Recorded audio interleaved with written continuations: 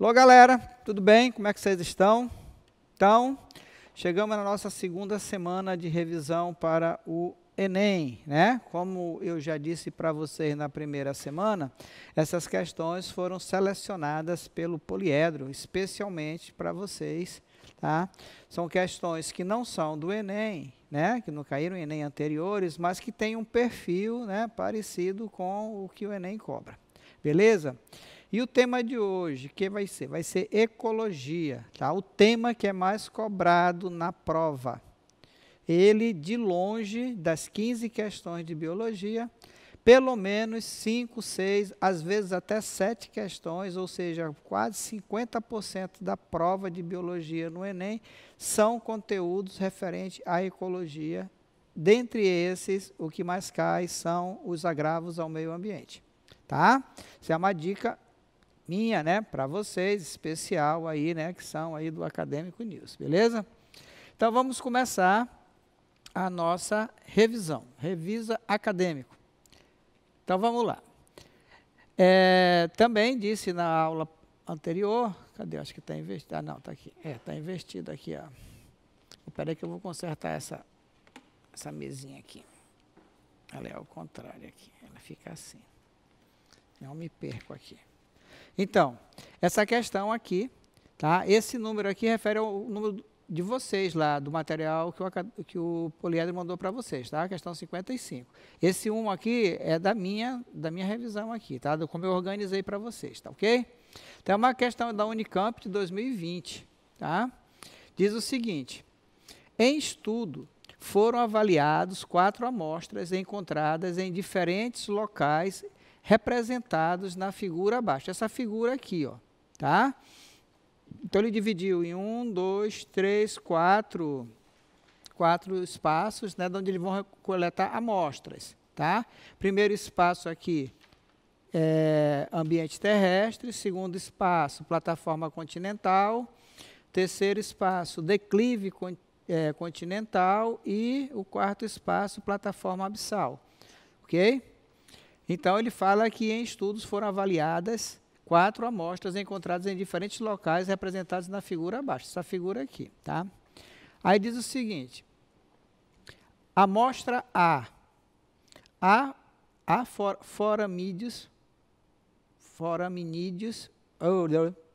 foraminíferos, tá? Algas e dinoflagelados, tá? Então, na amostra A foram encontrados esses 3 seres vivos aqui.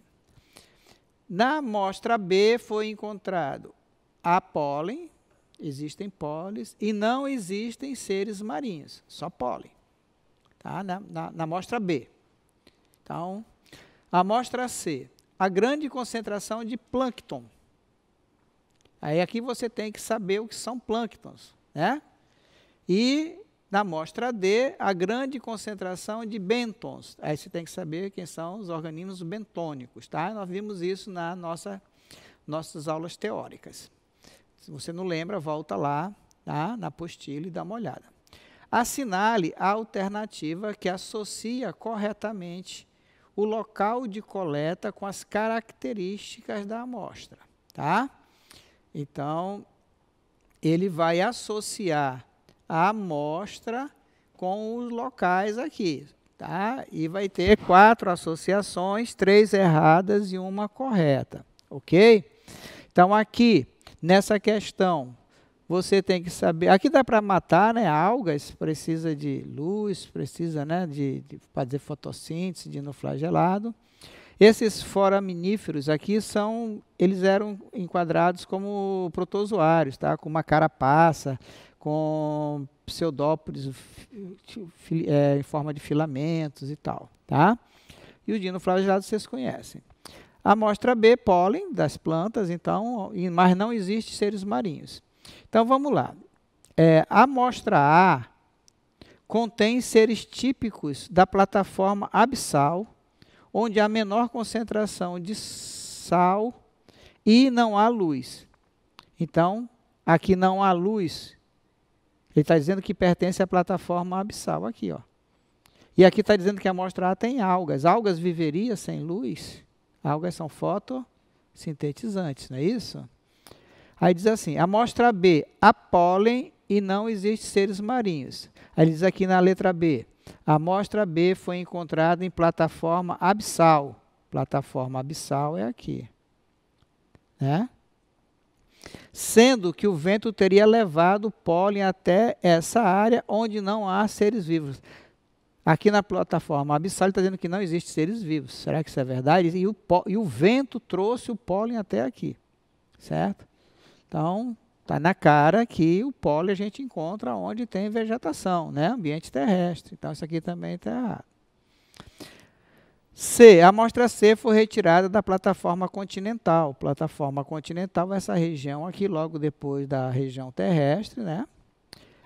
Sendo terrestre, já que contém seres que se movimentam ativamente e vivem em ambiente terrestre e marinho. Então, na C, quem é que está falando? Concentração de plânctons. Plânctons, fitoplânctons ou plânctons, lembra? Então, ele tá aqui, a dica aqui está, se movimentam ativamente, tá? Vamos ler a D. Amostra D, grande concentração de bentos. Contém espécie encontrada no declive, que se fixa no substrato do ecossistema aquático. Então, está dizendo que bentons, que são organismos bentônicos, aqueles que vivem lá no fundo do oceano. Então, a amostra D contém espécie encontrada no declive continental que se fixam no substrato. Seres bentônicos, como a estrela do mar, por exemplo, vive lá no ambiente, né, lá no declive, né, continental. Ok?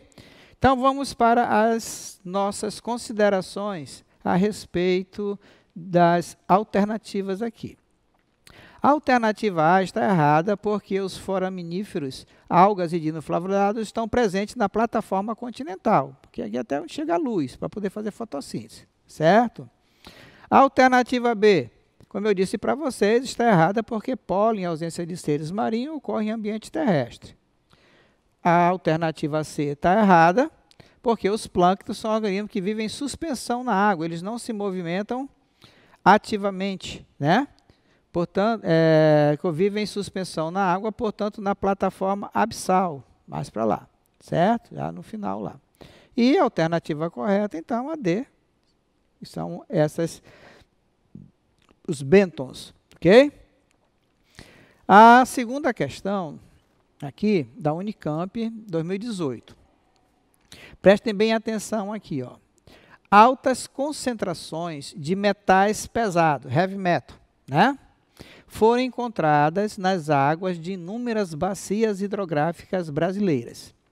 Esses poluentes, que poluentes? Os metais pesados, podem rapidamente se acumular. Vão vendo o verbo que está aqui, os verbos que tem aqui, as dicas que tem aqui no enunciado. Está dizendo, então, que os metais pesados são poluentes que vão rapidamente se acumular nos seres vivos. Então, são substâncias que se acumulam nos seres vivos. Por exemplo, nos peixes, podem absorver metais pesados da água pela ingestão de alimentos, retendo em seu tecido muscular. Então, esses metais pesados vão ficar retidos no músculo do peixe. Tá certo? Assinale a alternativa correta. A. Metais pesados como o urânio são encontrados em maiores concentrações em herbívoros longevos. O que é? Que vivem muito. Herbívoro que estão consumidor primário. Será que eu vou encontrar grande quantidade, maiores concentrações nele, ou no meio da cadeia alimentar, como tartarugas marinhas, peixes de fundo do rio? B. Metais pesados como mercúrio. Mercúrio é um metal pesado, né? São encontrados em maiores concentrações em carnívoros no meio da cadeia alimentar. Está dizendo que ele vai se acumulando no músculo do indivíduo. Será que vai ficar? E depois, lá no topo não vai ter mais? Vai ficar só aqui no meio da cadeia alimentar? Como aves de rapina. Ave de rapina está no meio da cadeia alimentar. Aves de rapina, o gavião, né, a águia, a coruja estão no topo da cadeia alimentar. Peixes predatórios estão no meio da cadeia alimentar? Negativo, eles estão no topo da cadeia alimentar. C. Metais pesados como o ferro são encontrados em maiores concentrações em herbívoros. Nunca Tá? Herbívoros sempre vai ter menor concentração. E carnívoros no topo da cadeia alimentar, como aves de rapina e peixes predatórios. Né? Então, aqui está errado por causa dos herbívoros. Letra D diz o seguinte: metais pesados como o chumbo são encontrados em maiores concentrações em predadores longevos ou no topo da cadeia alimentar, como aves de rapina e peixe predatório. Então, essas substâncias que se acumulam ao longo da cadeia alimentar, elas sempre vão ser encontradas em maior quantidade no topo da cadeia alimentar, certo? Que a gente chama de magnificação trófica. A gente deu o exemplo aqui do mercúrio, do DDT, do chumbo, certo? Do urânio. Então, sempre o último elo da cadeia alimentar vai possuir uma maior quantidade de parte por milhão desses metais pesados. Então, metais pesados como o chumbo são encontrados em maiores concentrações em predadores, topo da cadeia alimentar. Beleza? Uma questão, já caiu uma questão parecida como essa aqui no estado, só que em vez do chumbo aqui era o mercúrio, que também é um metal pesado usado no garimpo. Ok? FUVEST 2017. Observem aqui, quando vocês forem fazer a questão, que eu estou destacando aqui algumas palavras em negrito, né? Isso não vem assim na questão, tá? Isso aqui é para efeito didático, para poder acompanhar o raciocínio aqui. Então, diz o seguinte: recentemente, pesquisadores descobriram no Brasil uma larva de mosca que se alimenta das presas capturadas por uma planta carnívora chamada Drosera. Ou Drosera. Então, essa planta carnívora, ela aprisiona, né? Ela captura a sua presa, ela tem aquelas sensibilidades, né, para fechar lá as folhinhas e jogar os ácidos lá, certo?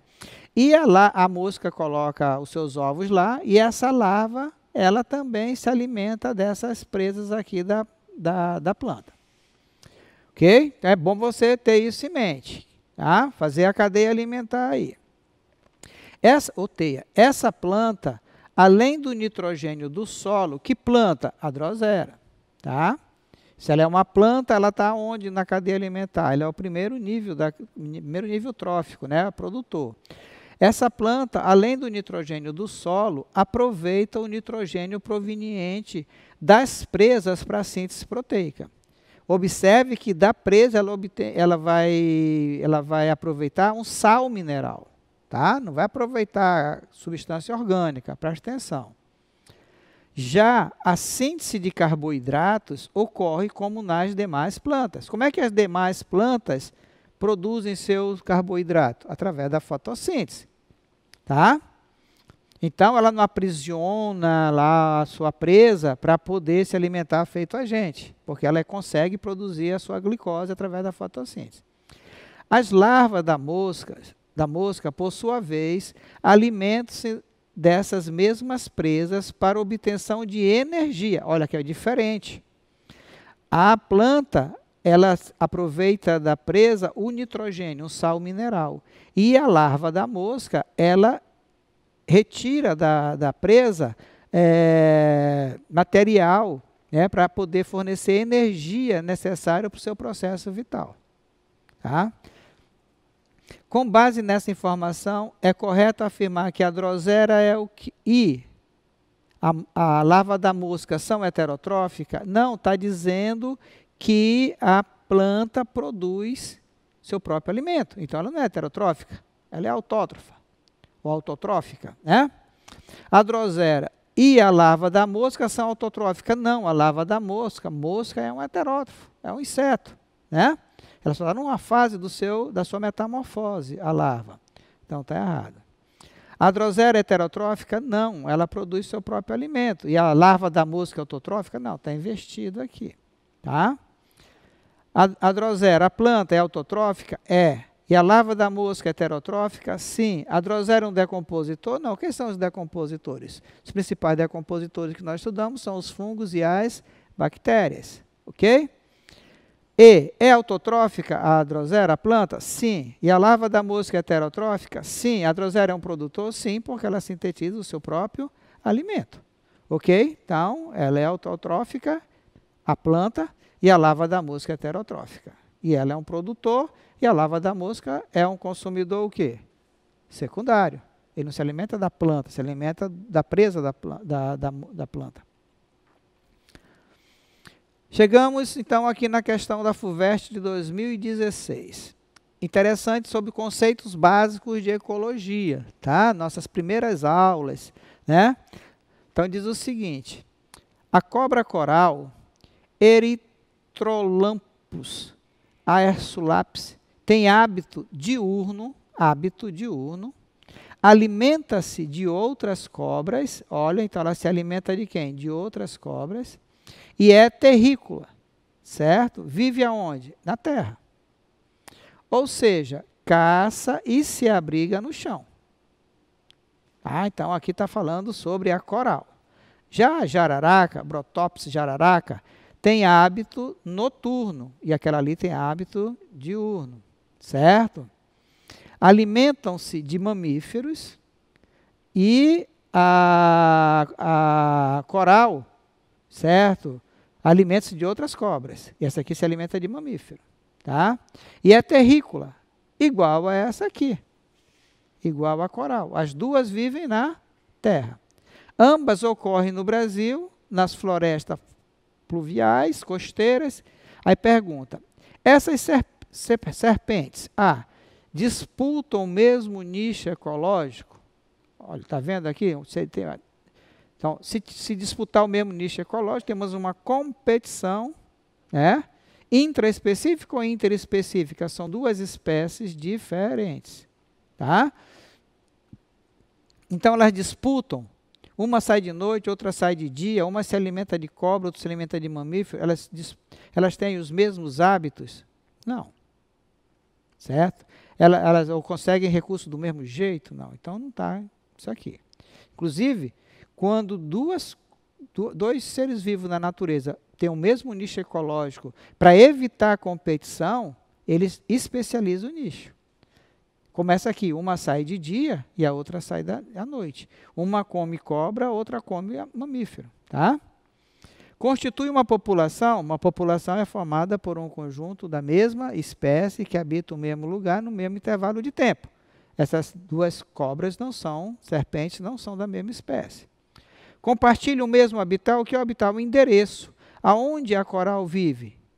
No chão. E a jararaca? No chão. Então, essa aqui está boa. Realiza competição intraespecífica? Não, elas são de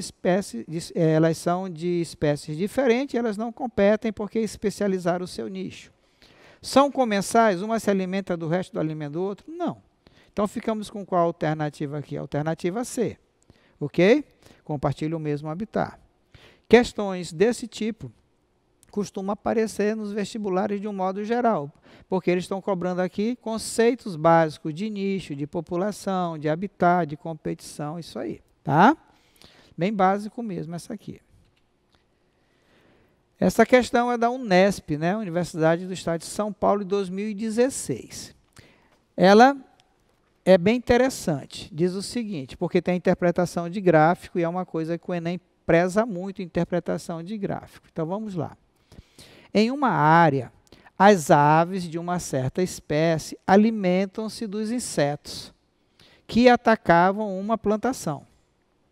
Então, as aves se alimentavam dos insetos e os insetos atacavam a plantação. A plantação é o produtor, o inseto é o consumidor primário e as aves o consumidor secundário. As aves também consumiam cerca de 10% da produção de grão da lavoura. Então, essas aves, além de se alimentar do inseto, também se alimentavam do grão da lavoura. Certo? Então, essa lavoura aqui estava sendo atacada por inseto e por aves. Para evitar tal perda, o proprietário obteve autorização para a caça das aves.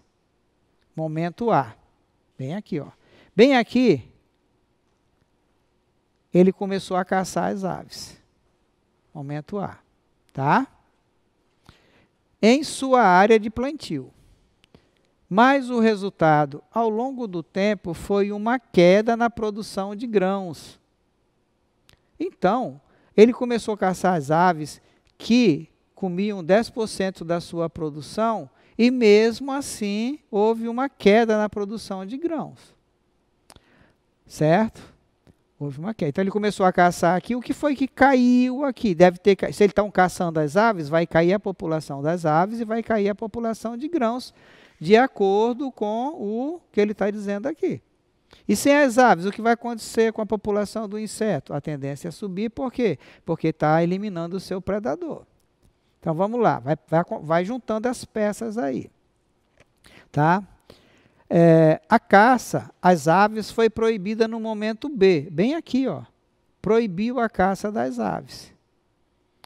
Se está proibindo a caça das aves, a tendência à população das aves é o quê? Aumentar do inseto, diminuir da lavoura, diminuir também, né? Supõe-se. Então, vamos lá. E a produção de grão aumentou a partir de então. Então, a partir de B, a produção de grão começou a aumentar. Quem será que é o grão aí, né? Certo? Quem está aumentando a partir de B aqui? Tá? Então, vamos lá. A partir de então, mas não chegou aos níveis anteriores. O grão voltou a subir, mas não alcançou como ele vinha antes. Tá? Ao longo de todo esse processo, a população do único predador natural dessas aves também foi afetada. Quem será que é o predador aqui? Então, aqui tem a planta, a plantação, o inseto, a ave e o predador da ave. Tá? Uma cadeia alimentar. Beleza? No gráfico, estão representados os momentos A e B e as linhas verde, vermelha, azul e laranja, amarela, certo? Representa as variações das populações de aves e insetos que atacam a plantação e de predadores das aves, bem como da produção ao longo do tempo. Então, está todo mundo aqui, né? Aqui são o tempo, os anos, e aqui é o tamanho da população. Tá? Ok?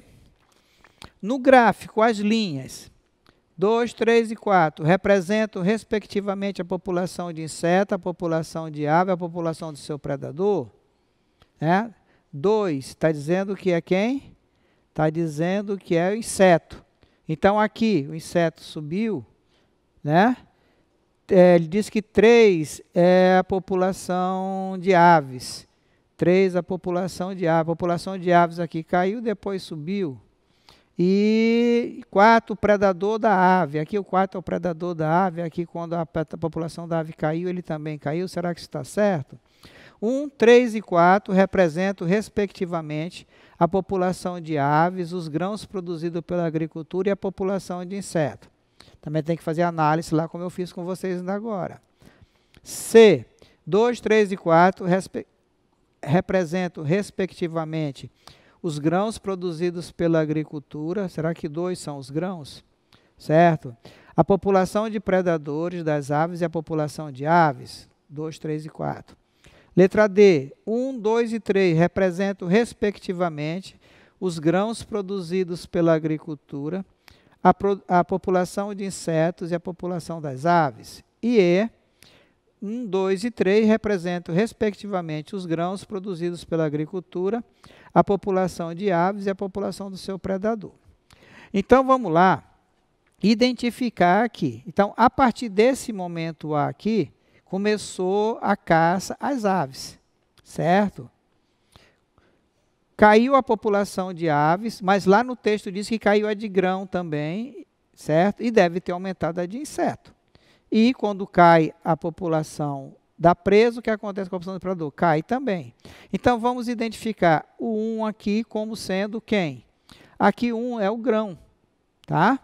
Quando começou a caçar as aves, a população de grão caiu.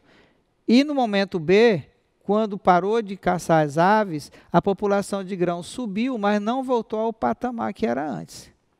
Certo? Quem é esse aqui? Quem foi que subiu com a morte da população das aves? Ora, sua presa. Quem é a sua presa? Os insetos. Os insetos subiram, né? E provavelmente isso fez cair, né, a queda, porque eles consomem também os grãos, né? Tá? Muito bem.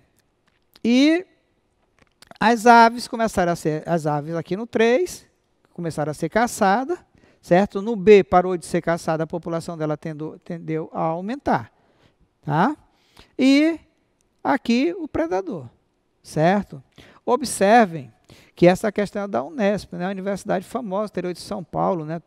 Todo o estado de São Paulo, para entrar nessas universidades dele lá, tem vários polos em várias cidades do interior da capital, ela admite 2 respostas, embora no gabarito oficial tenha ficado com a letra D. 1, 2 e 3 representam, respectivamente, um grão, está ali, a população de inseto 2 e 3 a população de aves. Mas se você vir aqui na A, você vai ver que 2 representa os insetos, 3 as aves e 4 o seu predador. Então, essa questão aqui, ela admite um recurso, né? Ou a universidade admite 2 respostas, se for possível, no seu edital, ou ela vai ter que anular essa questão, tá certo? Muito bem. Então, justificando aqui, a caça das aves levou à queda da produção de grão. A caça das aves levou à queda da produção de grãos, que não se recuperou, tá? Mesmo depois da proibição. A curva 2, essa aqui representa a população do inseto, que aumenta com a diminuição das aves. 3 representa a população das aves, diminui no momento A, devido à caça, e depois se recupera no momento B.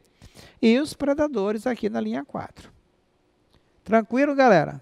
Questão muito boa, né, de gráfico. Se preparem, que deve ter gráfico lá na prova, no dia da prova. Tá? FUVEST 2020, agora, desse ano ainda, né? A combinação entre baixa biodiversidade, olha só, uma combinação de vários fatores. Primeiro, baixa diversidade, poucas espécies vivendo naquela região. Alta concentração de poluentes e baixa concentração de oxigênio dissolvido. Baixa concentração de oxigênio dissolvido, o que é isso? Como é que a gente chama isso? Leva à morte dos seres aeróbios, aquáticos, né? Que é verificada nos rios, que passam por grandes centros urbanos no Brasil, deve-se principalmente a quê? Essa combinação desses 3 fatores que a gente observa em rios que passam por grandes centros, se deve a quê? Tá? Então, observem aqui, ó. Baixa concentração de oxigênio é uma dica valiosa, né? Isso aqui a gente chama do que? Eutrofização, né? Isso acontece por causa do desgaste de garrafa PET e sacolas plásticas, aumentando a cadeia da produção de microplástico. Não tem nada a ver isso com baixa concentração de oxigênio. B. Aumento da intervenção de engenharia com construção de pontes hidráulicas. O que ele está falando aqui? O que isso tem a ver com a questão? C. Aquecimento da água do rio devido ao aumento da temperatura média das metrópoles. Quer dizer que a cidade é mais quente, então vai afetar. Será que é por causa disso? Tem a ver com tudo isso aí? D. Descarte de esgoto doméstico e industrial sem tratamento. Então, quando a gente fala de magnificação trófica, a gente fala em abastecer, né, os mananciais com grande quantidade de detrito orgânico rico em nitrato e fosfato, ou seja, esgoto doméstico industrial. Ocorrência mais frequente ao longo do período de estiagem, aumentando a evaporação, não tem nada a ver. Então, aqui uma pergunta bastante interessante que a gente fica com desgaste de esgoto doméstico, tá? E industrial, rico em principalmente nitrato e fosfato, faz proliferar a população de algas, que faz proliferar o aumento do consumo de oxigênio, daí a queda do oxigênio e depois a mortandade dos aeróbios, ok? Chama-se eutrofização ou eutroficação, tá ok? Isso sempre é cobrado em prova. O lançamento de esgoto doméstico industrial sem tratamento leva ao aumento da decomposição aeróbica e posterior decomposição anaeróbica. A morte do rio, como o Tietê, por exemplo. A redução da taxa de oxigênio dissolvido na água leva à diminuição da biodiversidade, porque os seres aeróbios vão acabar morrendo por falta de oxigênio. Ok? Outra questão parecida, só que agora da Unesp. Tá? E de 2020, e essa aqui foi da FUVEST de 2020. Você veja que as duas universidades, elas vão abordar temas parecidos, né? Parecido não, mesmo tema, olha lá. Mortandade de peixes e coloração da água do rio Tietê preocupa no interior de São Paulo. Aqui está falando do interior já, né? O rio Tietê está ficando irreconhecível, em parte do interior paulista. A água de cor castanha e cheiro forte estão preocupando quem mora perto do rio. Pescadores estão voltando para casa com as redes vazias. Olha lá a foto aqui, ó. Tá? Aí, abre aspas, o que você está vendo são peixes mortos, mas não morrem só peixes, morrem toda uma cadeia abaixo dos peixes, que são outros micro-organismos, pequenos crustáceos, pequenos moluscos, que são alimento dos peixes. Explica o biólogo Arif Kais, professor voluntário aposentado da Unesp de São José do Rio Preto. Então está aqui a foto, né, de onde foi tirado essa entrevista aqui desse professor. Então diz o seguinte, a reportagem faz referência ao fenômeno da eutrofização. Lembra que eu acabei de falar para vocês? Ó, tá? Nesse fenômeno, presta atenção, nesse fenômeno, um dos eventos que precede e um dos eventos que sucedem a mortandade dos peixes são respectivamente. Então ele quer um momento antes dos peixes começarem a morrer e um momento depois que os peixes já morreram. Entendeu? Então aqui você tem que ter em mente como é que esse processo ocorre. Tá? Todo até chegar aí onde ele está pedindo. Então lança esgoto doméstico industrial no rio, o que vai acontecer? Vai proliferar as algas, né? E aí vai aumentar o consumo de oxigênio. Aumenta o consumo de oxigênio, cai a taxa de gás oxigênio dissolvido na água, começa a morrer os seres aeróbios. Então, a decomposição aeróbia. E aí vem, então, depois que eles morrem, os aeróbios sobrevivem só os anaeróbios. Lembra da penúltima questão que a gente viu aí, tá? Então, diz o seguinte, despejo de esgoto na água, decomposição aeróbia. Não, decomposição aeróbia é antes da morte dos peixes. Proliferação de micro-organismo aeróbio, decomposição aeróbia. Ó, isso aqui. Primeiro os aeróbios e, finalmente, os anaeróbios, depois da morte dos peixes. Um antes e um depois. A redução da matéria orgânica disponível? Não. Aumentou a matéria orgânica disponível. A mortandade de crustáceo e molusco? Não. Turvação da água e redução da matéria orgânica disponível? Não. Abundância de matéria orgânica disponível. Produção de gás sulfídrico e proliferação de micro-organismos aeróbios tem nada a ver. Então, aqui, proliferação de micro-organismos aeróbios antecede a morte dos peixes, dos outros organismos aeróbios, e depois não tem mais oxigênio disponível, começa a sobreviver só os anaeróbios. Ok?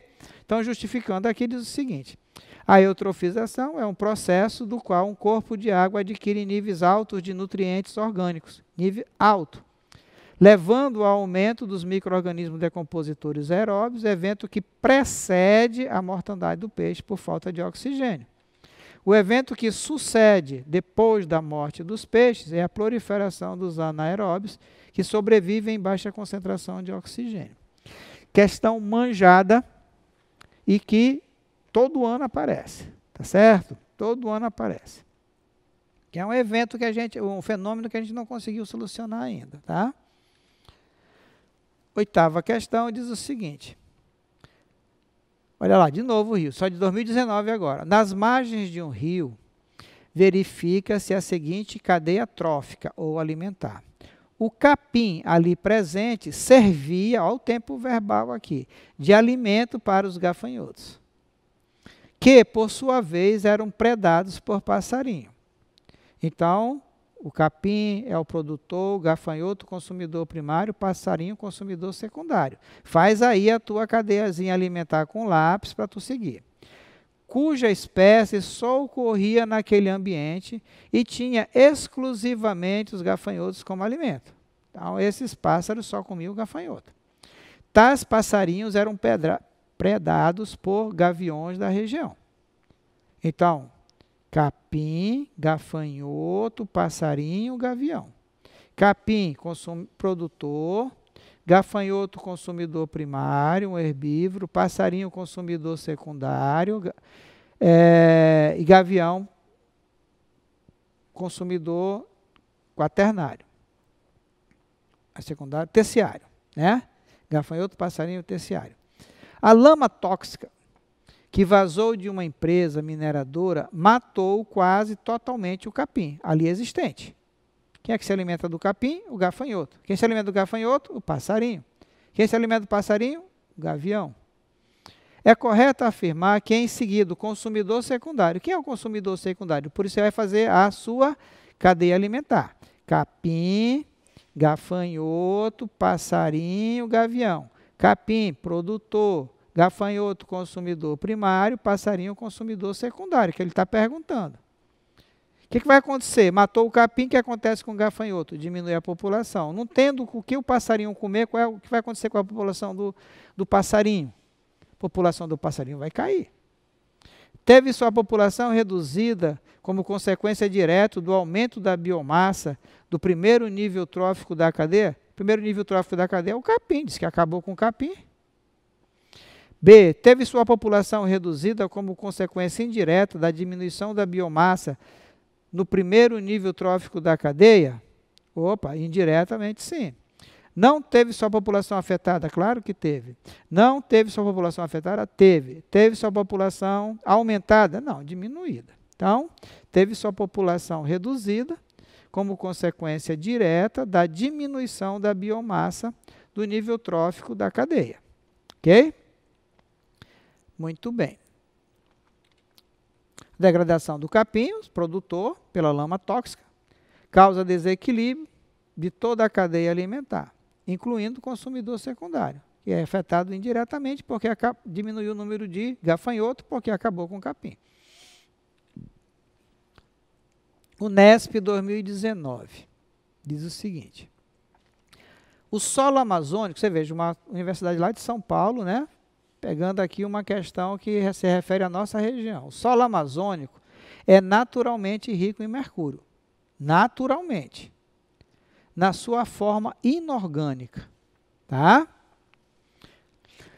Na bacia do Rio Negro, todos os anos, na época chuvosa, os rios transbordam, invadem a floresta e formam ecossistemas fechados que permanecem inundados por até 130 dias. Os igapós e igarapés.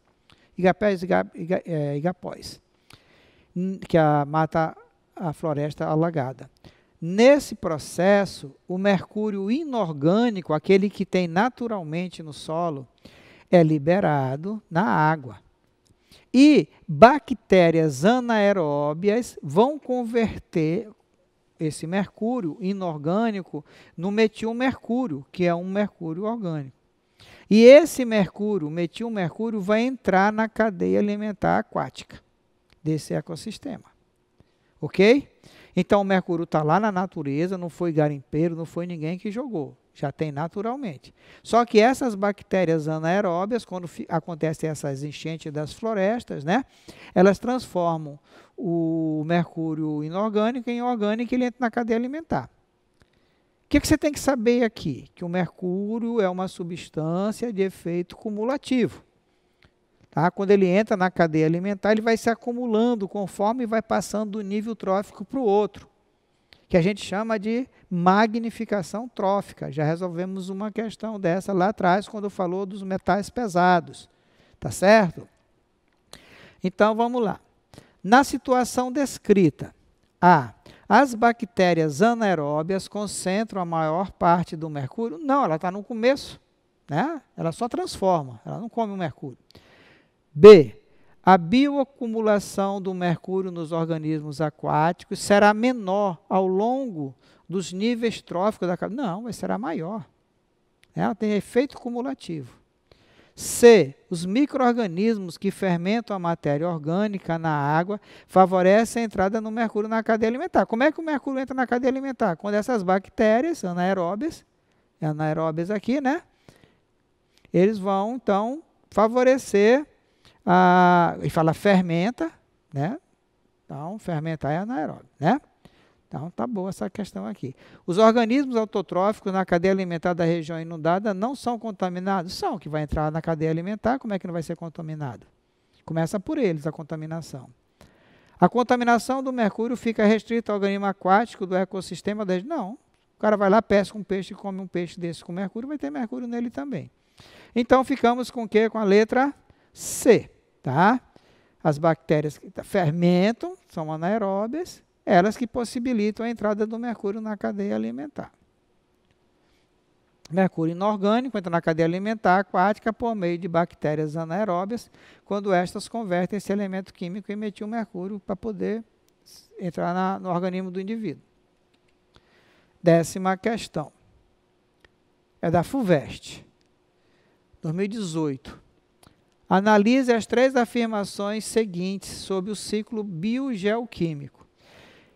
Esse tema, que a gente já estudou também, ele, pelo menos uma ou outra, 2 questões, uma sobre nitrogênio e outra sobre carbono, sempre aparece no Enem, tá, galera? Então, carinho especial aí em relação a isso. 1. A respiração dos seres vivos e a queima de combustíveis fósseis e de vegetação restituem carbono à atmosfera. Então, quando nós respiramos, o que é que nós eliminamos para a atmosfera? Gás carbônico, está restituindo carbono. Quando a gente queima gasolina, querosene, diesel ou então uma madeira, a gente está também devolvendo gás carbônico para a atmosfera, está correto. 2. Diferentes tipos de bactérias participam da ciclagem do nitrogênio. Correto, no ciclo do nitrogênio só participa a bactéria. Até aqui está correto. Vamos ver o que vem para frente. As que transformam o gás nitrogênio em amônia. A fixação do nitrogênio. Está correto isso aqui. As nitrificantes, que produzem nitrito e nitrato. Certo. E as desnitrificantes, que devolvem o nitrogênio gasoso à atmosfera. Correto, está corretíssimo aqui o ciclo do nitrogênio aqui, de forma resumida para vocês. 3. Pelo processo da transpiração, as plantas bombeiam, isso não está assim na questão, tá? Eu sublinhei aqui de propósito, continuamente água do solo para a atmosfera. E esse vapor de água se condensa e contribui para a formação de nuvens, voltando à Terra como chuva. Está correto o que se afirma em. Então, essa questão, ela teve uma polêmica, né? Não foi uma grande polêmica, teve uma polêmica na sua época aqui da dona FUVEST, né? Muitos recursos por causa desse bombeiam aqui, tá? Então, de certa forma, todas essas alternativas aqui, a FUVEST considerou como correta, tá? A 1, a 2 e a 3. E qual foi a polêmica? Foi no bombeia. Porque o bombeia dá uma conotação de gasto de energia, tá? E esse processo aqui não é aquela teoria de Dickson, né? Da absorção, coesão e a transpiração lá através dos estômatos, tá? Então, foi esse o problema aqui, uma ressalva, né? Então, vamos lá, vamos justificar. A respiração e a queima de combustível libera dióxido de carbono, contribuindo para, assim, o retorno do carbono à atmosfera, o ciclo do carbono. As bactérias participam do ciclo do nitrogênio, processo de fixação, nitrificação, desnitrificação, como foi citado. Além disso, participam da decomposição da matéria orgânica e liberam amônia no ambiente. Lembra que a amônia pode ser absorvida pela planta ou ela pode entrar transformando em nitrito depois em nitrato. E o problema estava aqui, ó, na terceira. A água é absorvida pela raiz e segue da raiz para as folhas que transpiram e assim atinge a atmosfera, onde contribui para a formação das nuvens, né? Os rios aéreos, que a gente já falou com vocês. O problema está aqui, né? A ressalva que a gente faz. Afirmar que as plantas bombeiam a água por meio da transpiração não é muito comum a gente usar esse termo. E pode sugerir a ideia de transporte ativo de molécula de água, o que não ocorre. Então, é essa a ressalva que se faz, né, nessa questão. Mas como a gente costuma dizer, a gente escolhe a menos errada. E a menos errada aí é considerar as 3 corretas, ok? Muito bem. Uma questão sobre pirâmides, tá? Então diz o seguinte: considere a notícia sobre o controle biológico de pragas. Controle biológico, nós conversamos sobre isso. O controle biológico que a gente faz para evitar o uso de inseticidas, de agrotóxicos, né? Através do predatismo ou do parasitismo, certo? Então aqui está falando de uma praga. Adotado pela Prefeitura de Paris. Então, a Prefeitura de Paris adotou a prática do controle biológico. E as pirâmides ecológicas apresentadas logo a seguir. Está aqui a 1, 2 e 3. Tá? Ó. Para combater parasitas que têm consumido a vegetação de Paris, a Prefeitura distribuiu aos moradores 40 mil larvas de joaninhas. Essas joaninhas são predadoras natural do pulgão, que é o parasita da planta. Organismos e que podem substituir pesticidas, agrotóxicos. Tá? Então, o prefeito distribuiu essas larvas de joaninha para os moradores colocarem lá na sua vegetação para combater o pulgão. Não falam o pulgão aqui, mas deve ser o pulgão. Aí diz o seguinte: a pirâmide de biomassa, a pirâmide de energia e a barra que representa as joaninhas são. Então, vamos lá. Por onde você começaria aqui? Eu sugiro começar pela pirâmide de energia. Por que a pirâmide de energia? Porque a pirâmide de energia só tem um. É sempre com o vértice voltado para cima. Lembra? O que acontece com a energia depois que ela entra na cadeia alimentar? Ela vai diminuindo, porque parte dela é perdida para o meio na forma de calor. Então, a pirâmide de energia, 2, certo? Aqui, a plantação, a vegetação. Aqui, o parasita e 3, a joaninha. Certo? Então, 3 eu já sei que é a joaninha, representa a joaninha 3. Então, eu já eliminei a E, a D e a C, fiquei só com A e a B. E 2 é biomassa, é energia. Tá? 1 pode ser biomassa? Não. Ou pode. Geralmente, a cadeia de biomassa acompanha a pirâmide de energia. Tem que ter muito mais alimento do que quem se alimenta dele. Então, muito mais vegetação do que pulgão e muito mais pulgão do que o seu predador. Tá? Então, nós temos aqui a 2, é a pirâmide de biomassa, acompanha a pirâmide de energia, e a joaninha aqui é o terceiro. O primeiro é a vegetação, o segundo é o parasita e o terceiro é a joaninha. Ok? Relativamente fácil essa questão. A pirâmide 2 representa a biomassa, pois em uma cadeia terrestre a massa do produtor é maior. Só tem aquele senão, né? aquela exceção que eu disse para vocês a respeito da biomassa marinha, né? Que ela, entre os fitoplânctons e os zooplânctons, ela fica investida só nesses 2 níveis aqui, né?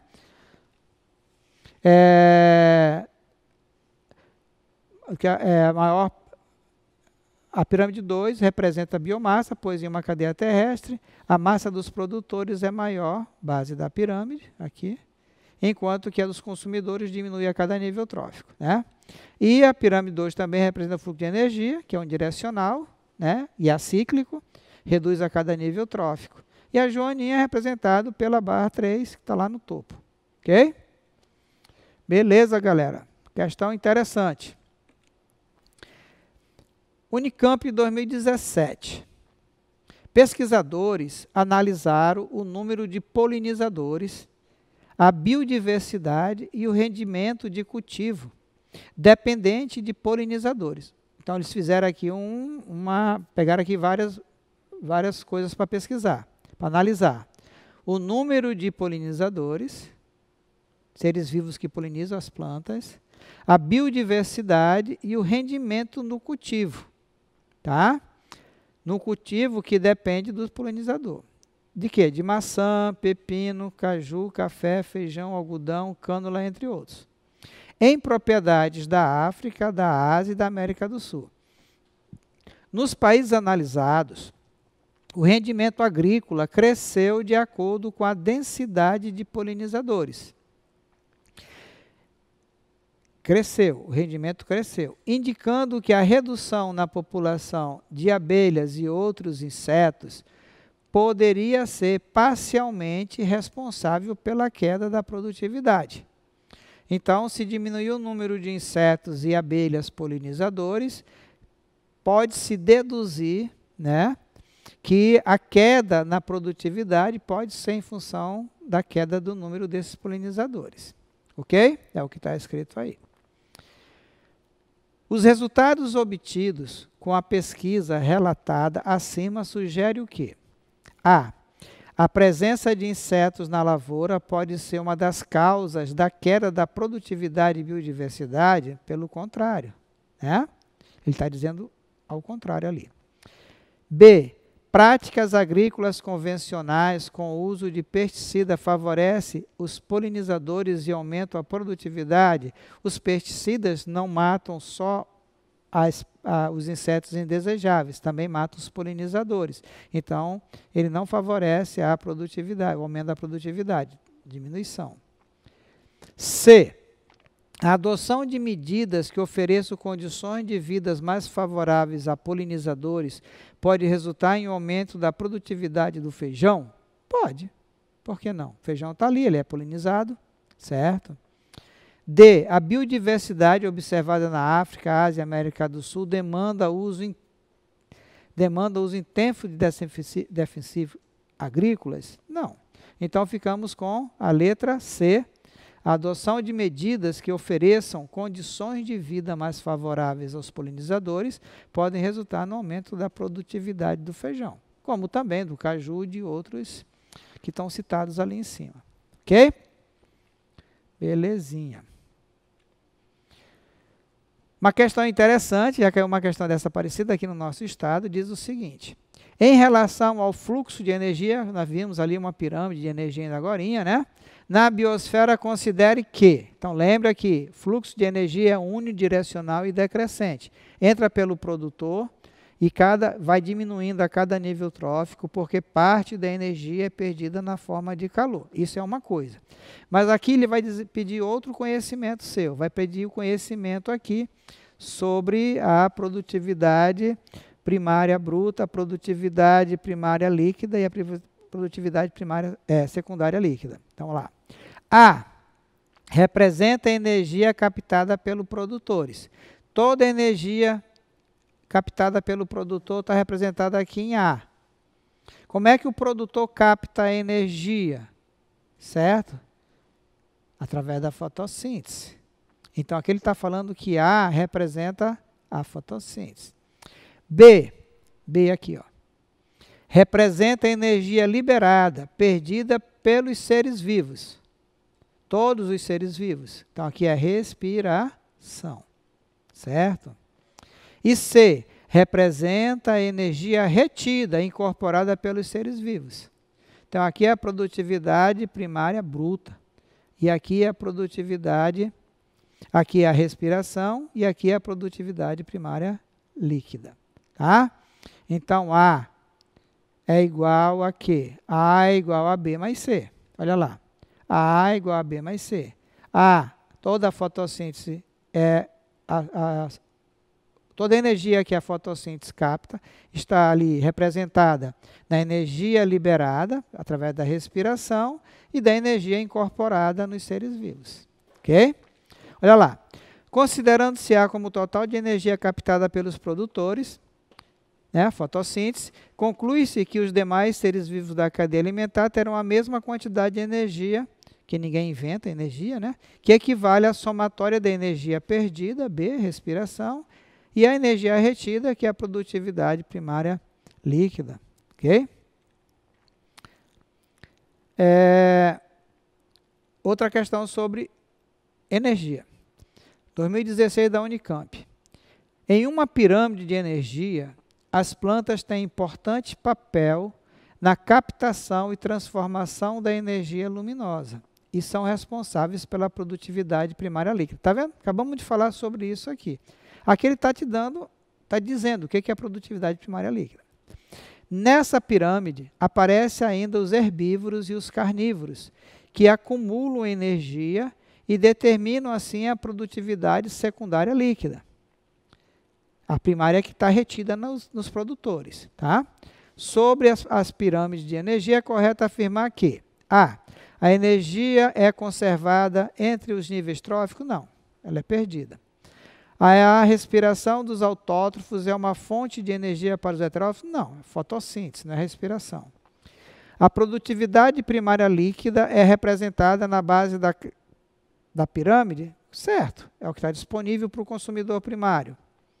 A excreção é uma fonte de energia para os níveis tróficos superiores? Não, a excreção não tem nada a ver com energia aqui. Então, a produtividade primária líquida, a planta em si, né? O que a gente vê? Quando você vê uma planta, você está vendo o que sobrou de toda a fotossíntese que ela fez.